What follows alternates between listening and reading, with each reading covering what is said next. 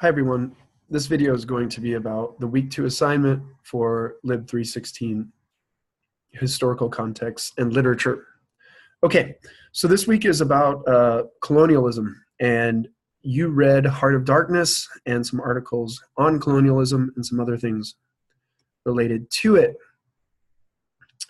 Okay, so first thing, in Knowing the Oriental, Edward Said analyzes an attitude he calls Orientalism. Then in Rule of Darkness, Patrick Ratlinger applies this concept to the novel Heart of Darkness. See chapters 6 and 9. Okay, so first thing, always in a prompt. Let's stop. Repetition is important. So first, Knowing the Oriental. We talked about this in the first video. If you didn't watch it, watch it. So when you go to that resource, remember it's page 39 of the resource, you'll see this basically critique of this person, Arthur James Balfour, and his concept of Orientalism that guides his defense of British rule in Egypt during the late 1800s and early 1900s. This speech he gave was on June 13th of 1910. If you go to the resources as well, the other two articles are in the recommended resources. This one and this one, Kurtz's Darkness and Conrad's Heart of Darkness, and the genealogy of the myth of the Dark Continent, both in this book, Rule of Darkness, British Literature and Imperialism. All right, so essentially, it seems like we need to read all three of these. And you've read Heart of Darkness too, so you've been exposed to all the crazy stuff in Heart of Darkness, and if you've thought about it critically, you probably felt like, especially if you're not white, you probably felt like, man, this is like pretty crappy story, right? Like, and I would use the other word, but not on the internet, I guess.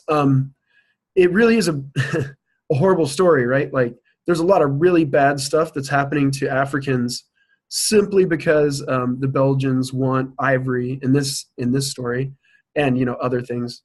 But they primarily focus on ivory, and it's almost like the whole thing is based around like these white people and their importance. All the other characters are like subjected to like a lower level. There's very little dialogue from African characters. When there is, they appear to be very ignorant or kind of secondary. And there's a lot of really horrific descriptions about what's happening to the people in the jungle or in the forest, while these people are going down to visit Kurtz or to see what's going on with Kurtz. So you probably got this feeling like, man, like, kind of, the white man comes to save everyone, right? Which, we have in a lot of different cases and a lot of different pieces of literature. And actually, a lot of people felt that was the way that things were, right? Like Manifest Destiny, even in our own country, we're allowed to like massacre all of these Native Americans because they're not really people. And by the way, God has this destiny for people that we're going to go all the way to California and forget all of these people. And we're going to make them march and kill their babies and all of this stuff. So not only has it occurred in other places in the world, it's occurred in our own country with us. Anyway, okay, I'll stop. That provides a good foundation, I think. So in 2 to 3 pages, discuss the application of Orientalism to Conrad's novel. First, explain in your own words what Said means by Orientalism and why he finds it problematic. Then apply this concept to Heart of Darkness. And I'm going to assign Heart of Darkness, so we don't need that parenthetical remark. In what ways does Conrad reflect the British attitude of Orientalism toward Africa in Heart of Darkness? And in what ways does he challenge such attitudes? So you will see that there's a lot of really bad stuff, and he uses really he uses the N-word multiple times in the book itself. It reflects racist attitudes and diminishing attitudes about indigenous cultures. At the same time, he critiques colonialism, and it's one of the few books that says like, hey man, this is really crappy. And again, I would use the other word because it was horrific, right? The things that happened to people, and that were done in the name of God and in the name of Western progress and all of these things. Okay, so he challenges that. The narrator in the book let's assume that it's Conrad, is saying like that it was like the most horrific thing that he ever saw. He got out of there as quickly as possible, and actually the book was used to fight against Belgian colonialism, and to fight against colonialism in other places too. So there's this weird dichotomy. And if you read this article, Kurtz's Darkness and Conrad's Heart of Darkness, the author of this article does a really good job of talking about the really negative aspects of Heart of Darkness, and the ultimately positive aspects are the things that arose positively out of it. Now there's a famous African writer, Chinua Achebe. We're going to be reading Things Fall Apart as well. He wrote a damning article about Heart of Darkness, where he basically says that Conrad is a huge racist, and just the book is horrible. It doesn't reflect what African culture was like. It's fully kind of intertwined with a colonial attitude. So even though in certain places it attempts to break out of it, he's still in the context of like the colonial ideas, rather than totally stepping away from it, as others did. For example, Emerson and in the United States, Ralph Waldo Emerson and others, in relation to, for example, slavery, they weren't immersed in the culture in the sense that they used the terminology to refer to these people, the negative terminology that we all know about. They totally broke away from all of that and attempted to fight against slavery in every single way possible, including by showing respect in all their forms of terminology and things like that. Okay, I'm rambling, but it's relevant here because everything that I've just said relates to the concept of Orientalism and how it influenced culture, and how that culture influenced Conrad, and how Conrad views things in Heart of Darkness.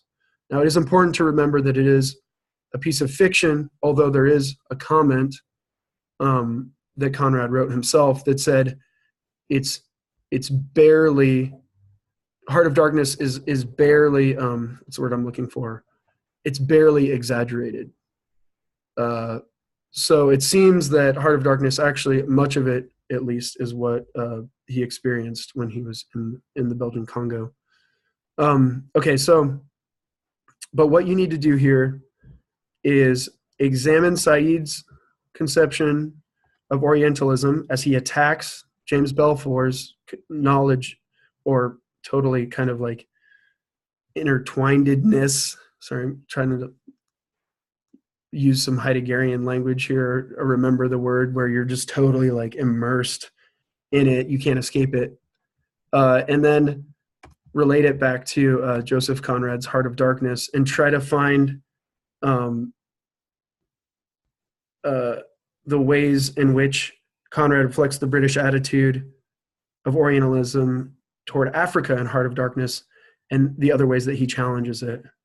So, for example, if you're watching this video and you've made it this far, one of the ways that Conrad challenges the concept of Orientalism is that in multiple passages in Heart of Darkness, the narrator is saying, which again is Conrad, is saying that the things he saw were horrific. No human should be subjected to like slavery, murder. There was cannibalism.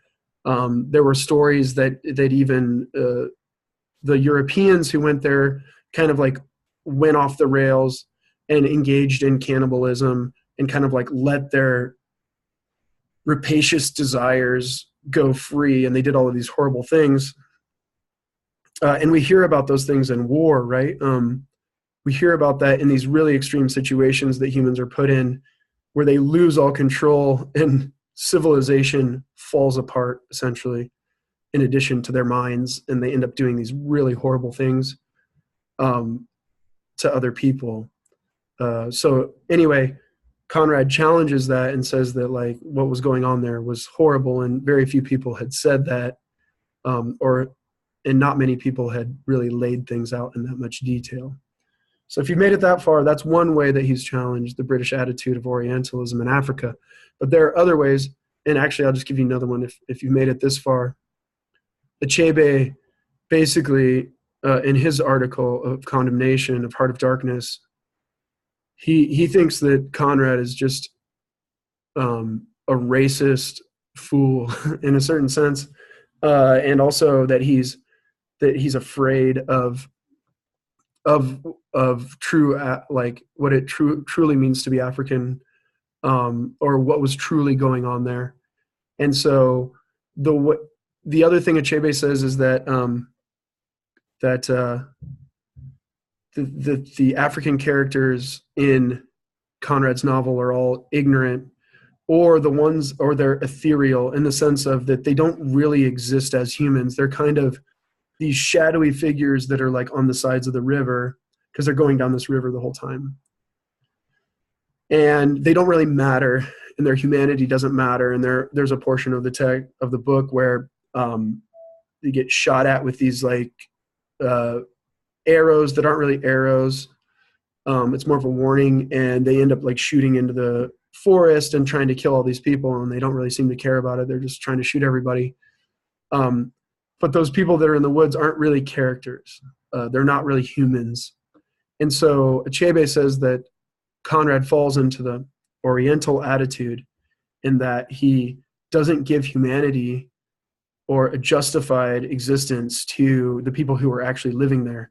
Instead, they become shadows, only to be to be killed or disregarded by European explorers who think that they know everything, and that this is a primitive, savage society that doesn't have any internal structure or important meaning in and of itself.